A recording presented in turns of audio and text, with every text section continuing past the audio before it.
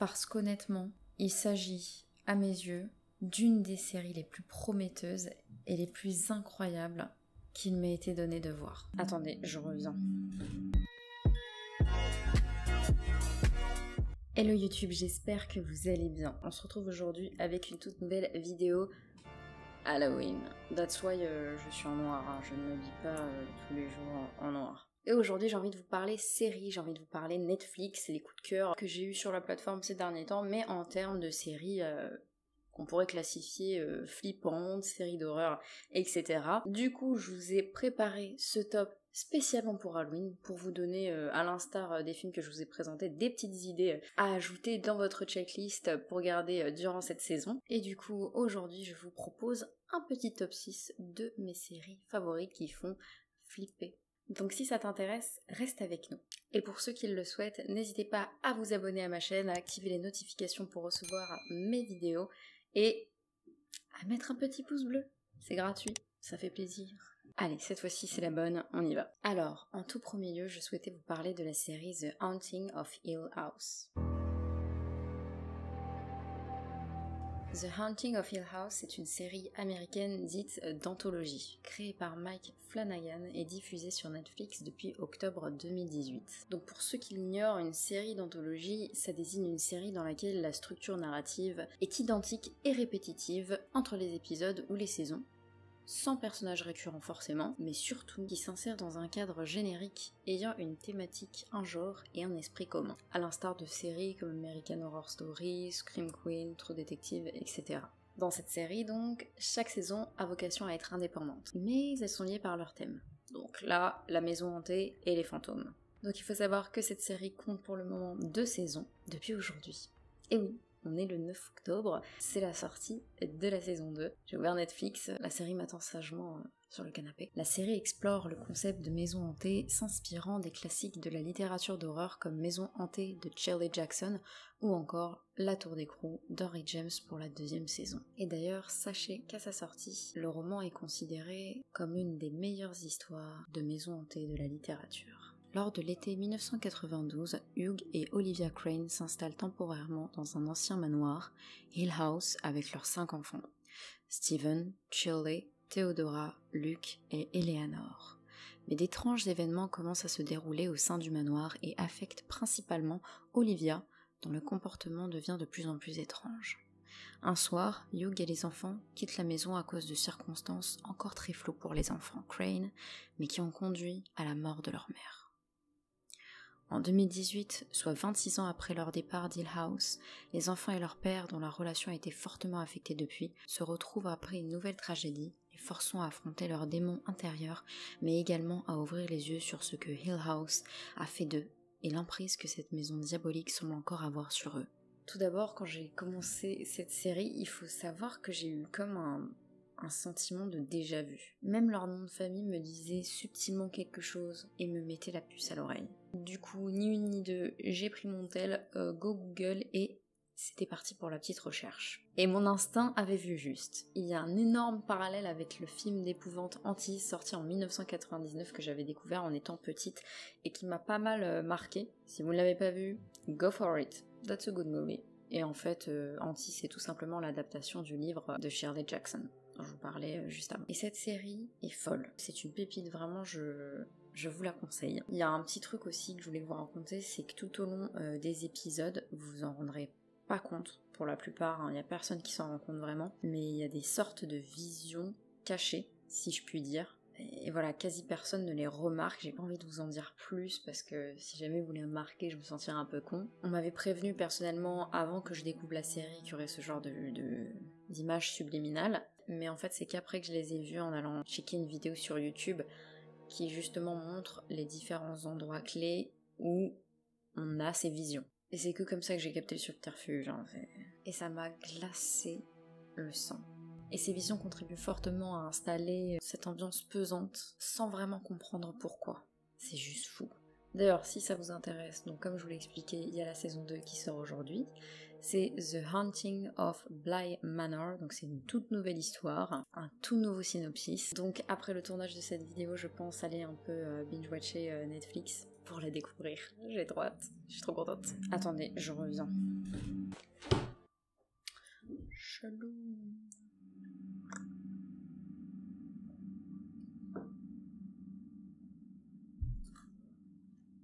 Ok. Trop bizarre, trop bizarre. Donc, excusez-moi, on a été coupé. On va passer sans plus attendre à la prochaine série qui n'est autre que American Horror Story. Donc encore une fois, c'est une série américaine d'anthologie, oui, encore une, créée et produite par Ryan Murphy et Brad Falchuk. Sortie en 2011, elle est créée en saison indépendante donc. Cependant, on retrouve la plupart des acteurs dans les différentes saisons. D'ailleurs, une des actrices que je préférais a quitté la série au bout de la 4e saison. J'étais deg. Et d'ailleurs, ça a provoqué l'étonnement le plus total de la part des fans. Et il s'agit de Jessica Lange, pour ceux qui suivent la série. Voilà, c'était vraiment un choc parce qu'elle faisait vraiment des rôles principaux dans la série. On s'y attendait pas du tout. Faut savoir que la série a accueilli pas mal de personnalités américaines durant les différentes saisons. Entre autres Adam Levine, Naomi Campbell, et puis carrément Lady Gaga quoi, normal. Et puis selon les saisons, on retrouve diverses thématiques de l'horreur. Donc la maison hantée, l'hôpital psychiatrique, le freak show, les sorcières de Salem ou encore l'apocalypse, pour en citer quelques-uns parce qu'il y a beaucoup de thèmes qui sont abordés.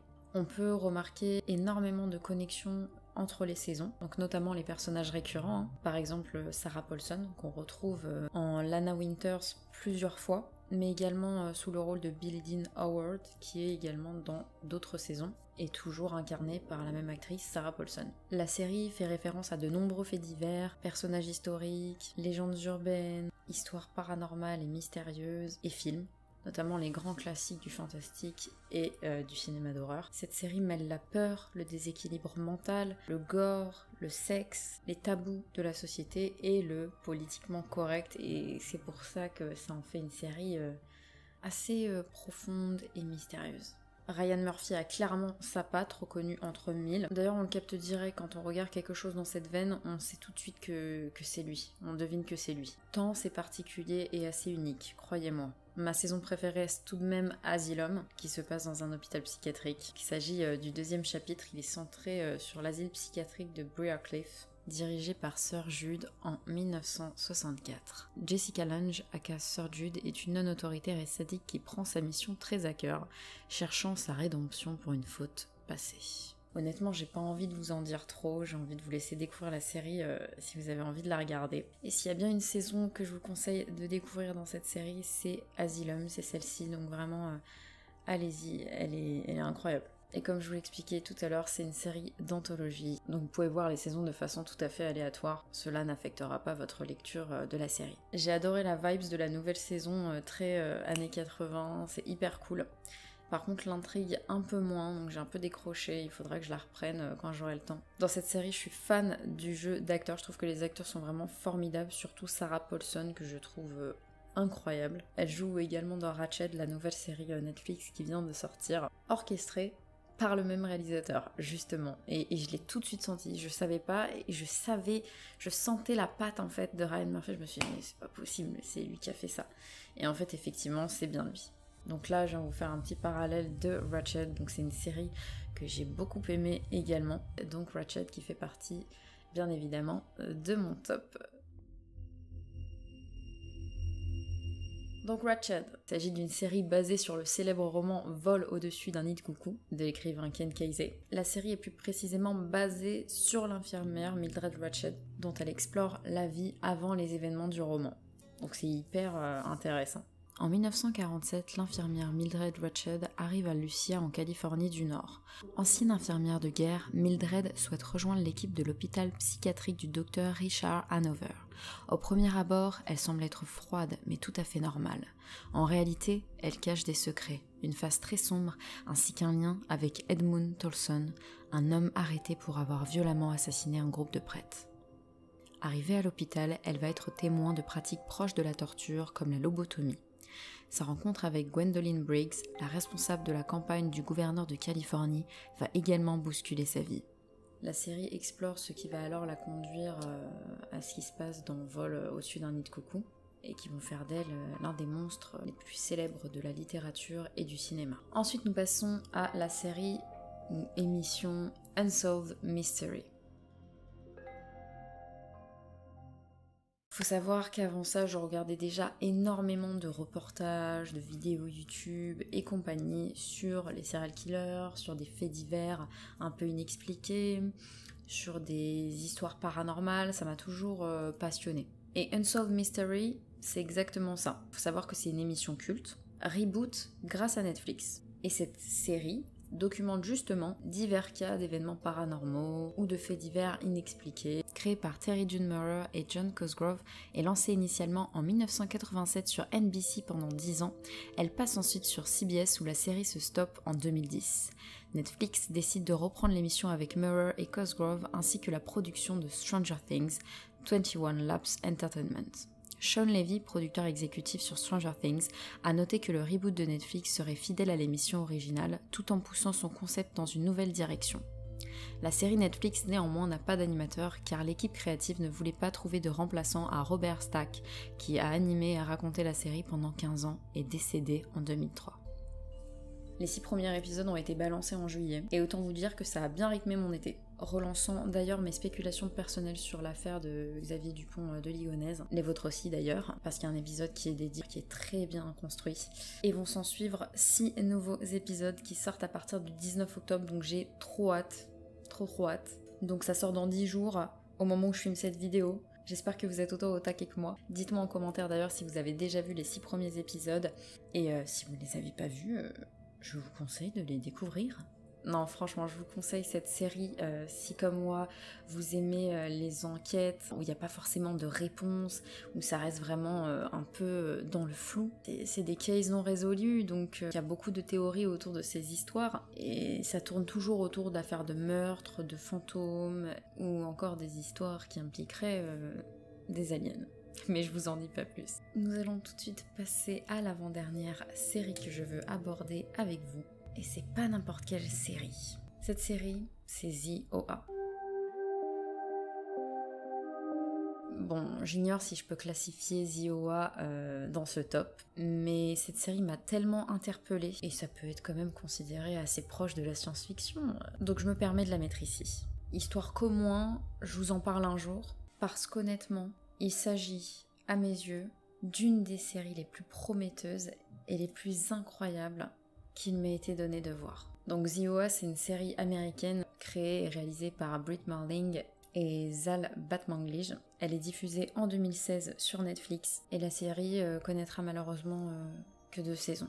Coupée brutalement. Quel gâchis, quel choc. Je me souviens avoir découvert la série donc en 2016 et quelle claque. Et puis après, silence radio. Plus aucune nouvelle de la série.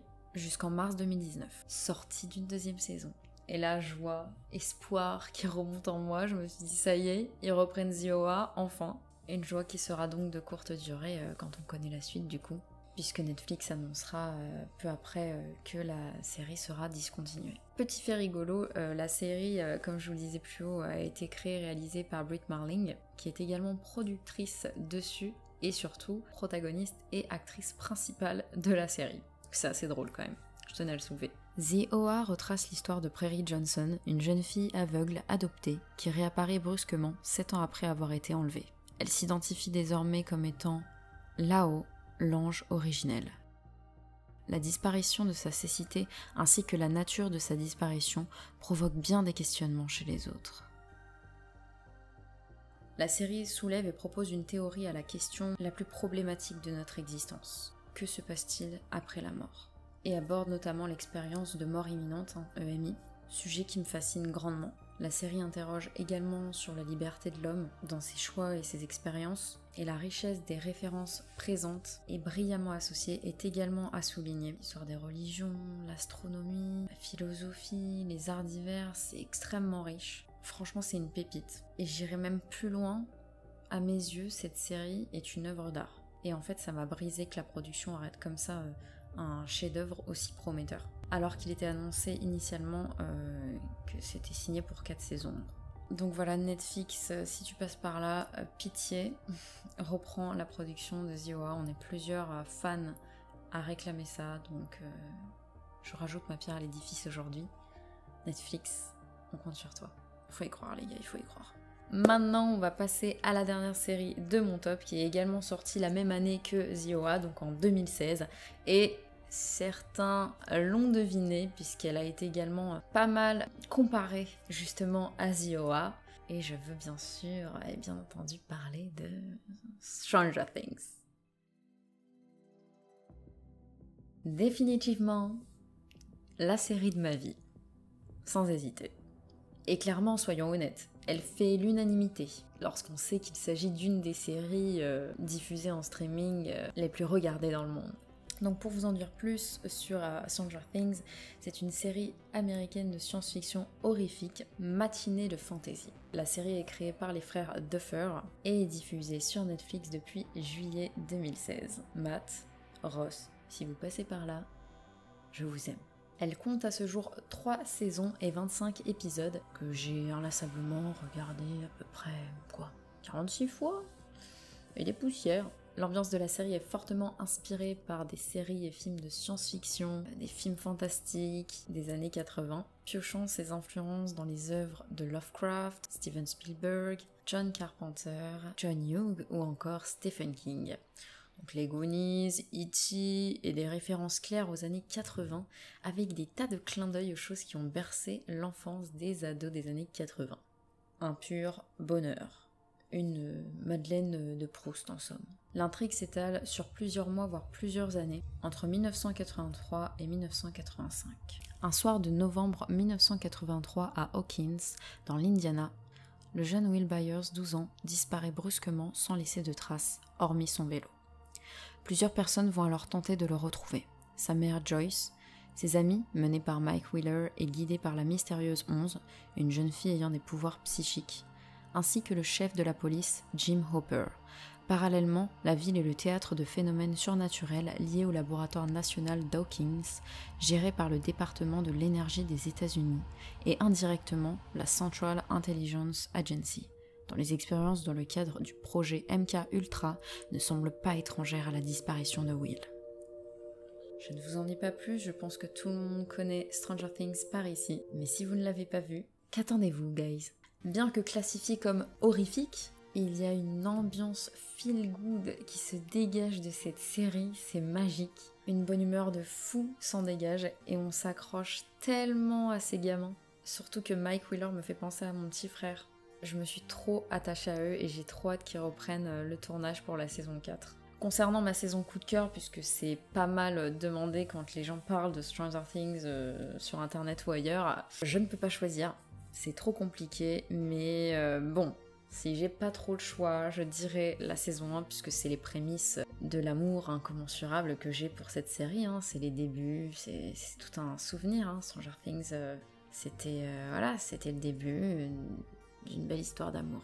Donc voilà, c'est fini pour mon top. J'espère que ça n'a pas été trop long pour vous. N'hésitez pas, vous aussi, à partager avec nous dans l'espace commentaire la série ou les séries qui vous ont fait peur. Moi, je vous laisse ici. Je file regarder The Haunting of Bly Manor et demain, je vous filmerai une nouvelle vidéo spéciale Halloween. Eh bah oui, on perd pas de temps, il faut bien nourrir la chaîne pendant cette saison. Je tenais également à vous remercier pour votre soutien sur les dernières vidéos, vos petits likes, vos commentaires, voilà, vos petits abonnements. On a gagné 50 abonnés en même pas un mois, ça me fait trop chaud au cœur, donc vraiment merci pour tous les amis, je vous fais des très gros bisous et je vous dis à très vite par ici pour un nouvel épisode d'Halloween.